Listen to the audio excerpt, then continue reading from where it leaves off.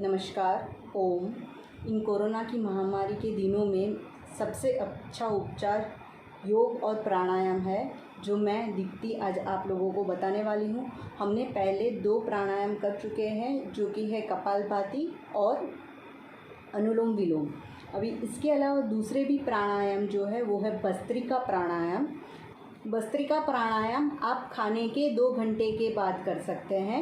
Minimum 5 minute तक कर सकते हैं, मैक्सिमम आप 5 या 10 मिनट तक कर सकते हो।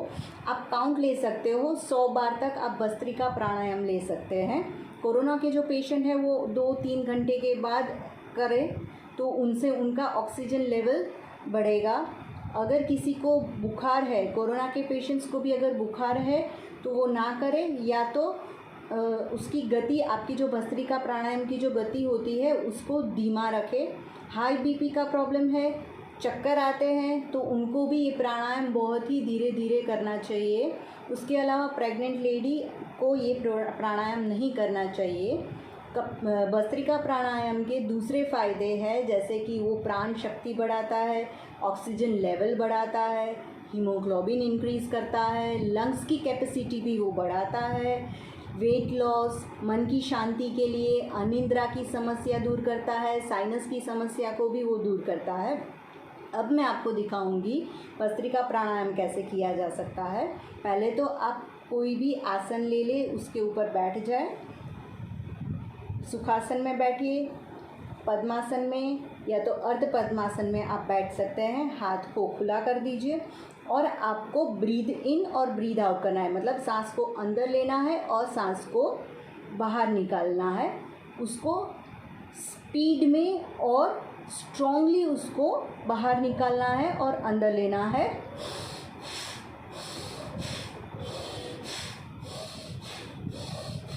ऐसे आपको बाहर की तरफ लेना है, अंदर की तरफ सांस लेना है और फिर सांस को बाहर निकालना है।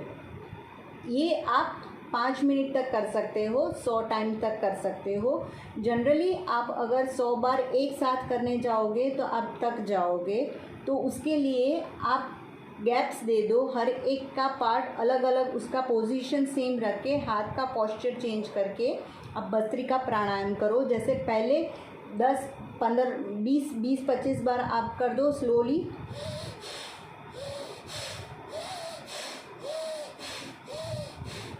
फिर उसके बाद आपकी स्पीड इंक्रीज कर दो।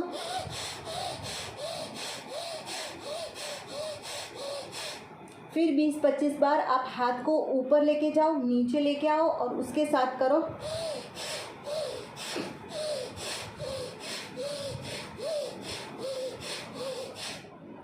ऐसे ऊपर और फिर नीचे लेके आना है। फिर हाथ की पोजीशन चेंज कर दो, आगे और पीछे, आगे और पीछे।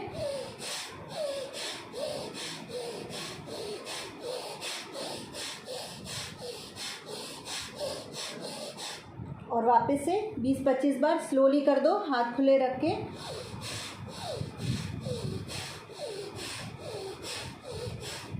इस तरह से आप भस्त्रिका प्राणायाम करो। अगर आपको बीच में चक्कर आने लगे या तो फिर आपको लगे कि आपका बीपी बहुत ही हाई हो गया है, तो आप भस्त्रिका प्राणायाम का गति जो है उसका धीमा कर दीजिए।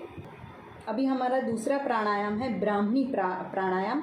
ब्राह्मणी प्राणायाम आपको प्राण शक्ति बढ़ाएगा, ऑक्सीजन लेवल बढ़ाएगा, हीमोग्लोबिन बढ़ाएगा, लंग्स की कैपेसिटी बढ़ाएगा।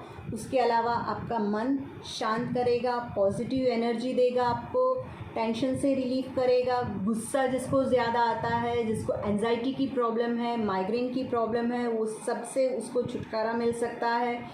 जिसका हाई बीपी है, उनका भी बीपी नॉर्मल करने में ब्राह्मणी प्राणायाम बहुत ही फ़ायदेमंद है।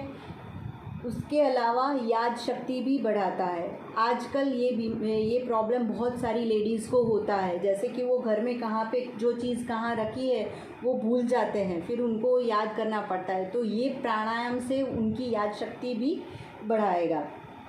ब्राह्मणी प्राणायाम आप मिनिमम 5 मिनट तक कर सकते हो, और आप चाहो तो उसको पूरे दिन में आप 7, 8, 20, 7, 8, 10 के गैप में सीक्वेंस में लेके आप कर सकते हो। जैसे सुबह को 7-8 बार किया, दोपहर को 7-8 बार किया, शाम को, रात को, ऐसे गैप में सेट वाइज आप ब्राह्मणी प्राणायाम कर सकते हो।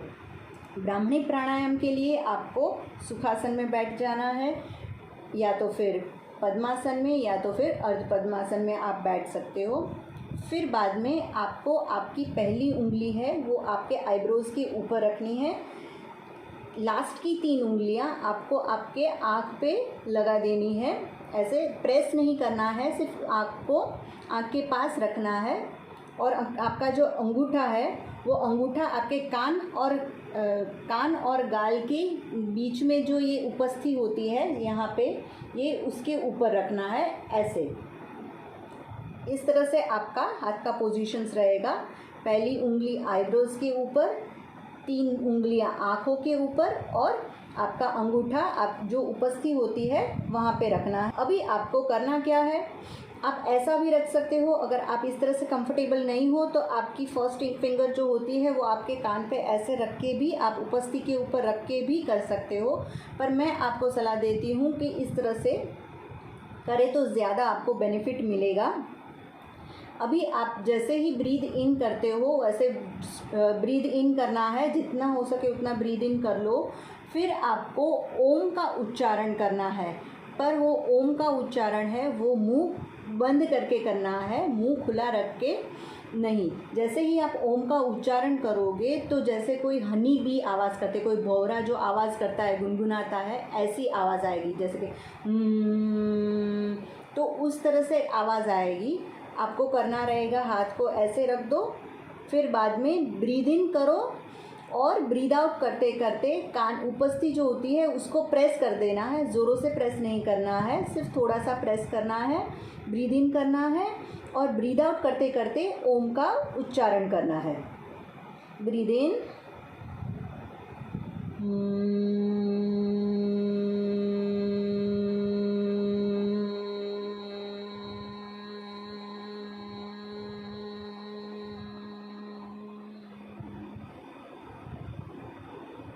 वापस से मैं करके दिखाती हूँ। ब्रीद इन करके,